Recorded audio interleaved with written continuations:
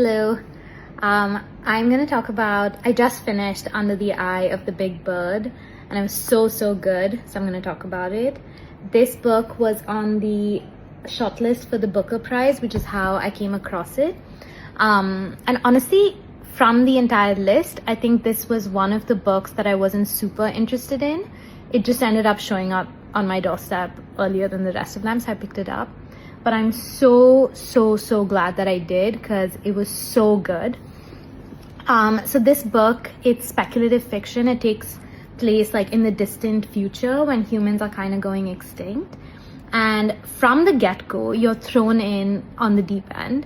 So many, like all the chapters are kind of like, they follow different characters. Most of them are like kind of in the first person perspective. And most of the time, forget knowing anything about the characters. You're not even I wasn't entirely sure like what species they were. And so many times I would get to 80% of the chapter and then find out the gender of the narrator. And I'd be like, what the fuck? It was like completely different than what I thought it was going to be. So it's so good. But then by the end of it, you get all of the answers. And I really thought this was going to be one of those books that like left a lot of things unanswered by the end, just by the nature of like how alien the world is and how many new concepts they introduce throughout the book. But somehow, without being too like, without overreaching too much, without like over explaining too much or rushing to the end. And it's like not a very large book to introduce so many concepts and then do them justice. It still kind of like answers all of your questions and like ties it up in a really nice way, which I thought was amazing, like just the craft of the whole thing. I thought it was also interesting because I am getting more and more interested in speculative fiction and writing about the future generally. Growing up, I feel like our generation, we actually read a lot of dystopian future books. The Hunger Games, the Divergent series, like they were all imagining a future, and they were all imagining a very dystopian future. And I think they were very teenage books because it's all about society divided up along the lines of identity, which is basically high school. It was a very teenage point of view. But I think they were also really like pessimistic in a way. But I'm finding it really interesting, especially because we are in such an interesting moment in the way that technology is evolving and in the way that the future could look for us. Like we're kind of on that threshold. So it feels like a great time for authors to be writing about what futures could look like. The books that this book reminded me of that I would love to do a book club for, and honestly why I'm making this video, is The Overstory and A Visit from the Goon Squad, which I want to talk about a little bit. So The Overstory is, oh my god, such a good, it's like a chunky, like it's a big book, but it's so good. It is about trees, I think is the most succinct way to put it.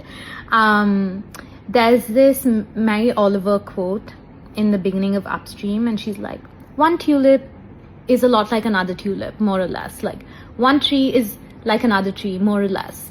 Just like people. The same general outlines and then the stunning details, you know? And it's just such a Mary Oliver thing to say, but reading The Overstory really made me realize that, because there's one of these chapters where this girl, it's actually structured in a very similar way to Under the Big Eye. So you have like different chapters which follow different characters, and it like goes a little bit into the future if I remember correctly. But in one of the chapters, this girl is like driving around with her dad, and she's like, oh, that's a cedar tree, and that's like a silver oak tree, and that's a this tree, blah, blah. And then she's like, imagine being green blind and thinking that these are all just trees because you don't know anything about them, like their specific names and characteristics. And I remember when I was reading that being like, oh, I am green blind. Like the details are blurred to me because I don't have that knowledge, and so I can't see their individual beauty. And reading The Overstory really makes you tune into that beauty. Like I remember I finished the book when I was in California like a few years ago visiting my friend Elena. And then we went on a walk in the evening, and I was just like stopping to stare at all of the trees. because I was like, oh my god, each tree is so unique and so beautiful, and there's like so much to look at there. And like that's what that book did for me. I think similar to this book also, the Overstory makes you realize how people on the fringes of society often are so important to the knowledge that can save us, and important to humanity itself, like just the shape and the outcomes of it, and how different forms of knowledge can look like by kind of educating you on what knowledge for trees is and how they communicate with each other, and like complicating that idea of like what a sentient being actually is, which is what the Overstory does. And I think like comes up a lot in this book as well, which I think is a very, very interesting idea. The other book that this reminded me of is A Visit from the Goon Squad. So that book was actually recommended to me by one of my classmates in high school. Her name is Shivangi. And I didn't end up reading it then. Freshman year of college, I like came across the book, and when I picked it up, like one of the characters' names is Ria, and so I was like, oh, fun, so I'll read this book, which is the silliest reason to read a book, but I'm so glad I read it because it is one of my favorite books. Like people always ask me like, what's your favorite book, like you've read so many books, blah blah, all that stuff, and usually this is the answer that I give, because it's an answer that I can give without regretting it. Like, you know, like there are some books where I'm like, oh, I could say this is my favorite book, but I feel like I want to take it back later and like give justifications and stuff. But for A Visit from the Goon Squad, I'm like, yeah, no, like if someone thought that was my favorite book, I would be absolutely happy with them having that answer. So A Visit from the Goon Squad is very different. It isn't exactly like speculative future fiction, because it starts in a very like familiar world to us. I guess Overstory also kind of does. But then there are chapters that like go into the future, which is where that futuristic part comes in. But the part that really reminded me of this book, it's also told in chapters, and each chapter is like kind of from a different character's point of view, and they're all related to each other, so it links up that way, similar to this book. But the structure of some of the chapters is so wacky. Like, man, Jennifer Egan is just so good. There's like one chapter that's written in PowerPoint, which it like sounds weird, right? It's about this little girl. She's like kind of on the spectrum, you can tell. And she's writing about her family and her brother, who's like way more on the spectrum than she is. And she writes in PowerPoint. And to say, I can easily say some of the best writing I've ever read is in that chapter. And to say that writing like on a PowerPoint slide is some of the best writing you've ever read is like, sounds like a weird sentence, but honestly, if you read it, you're like, damn, like this is so good.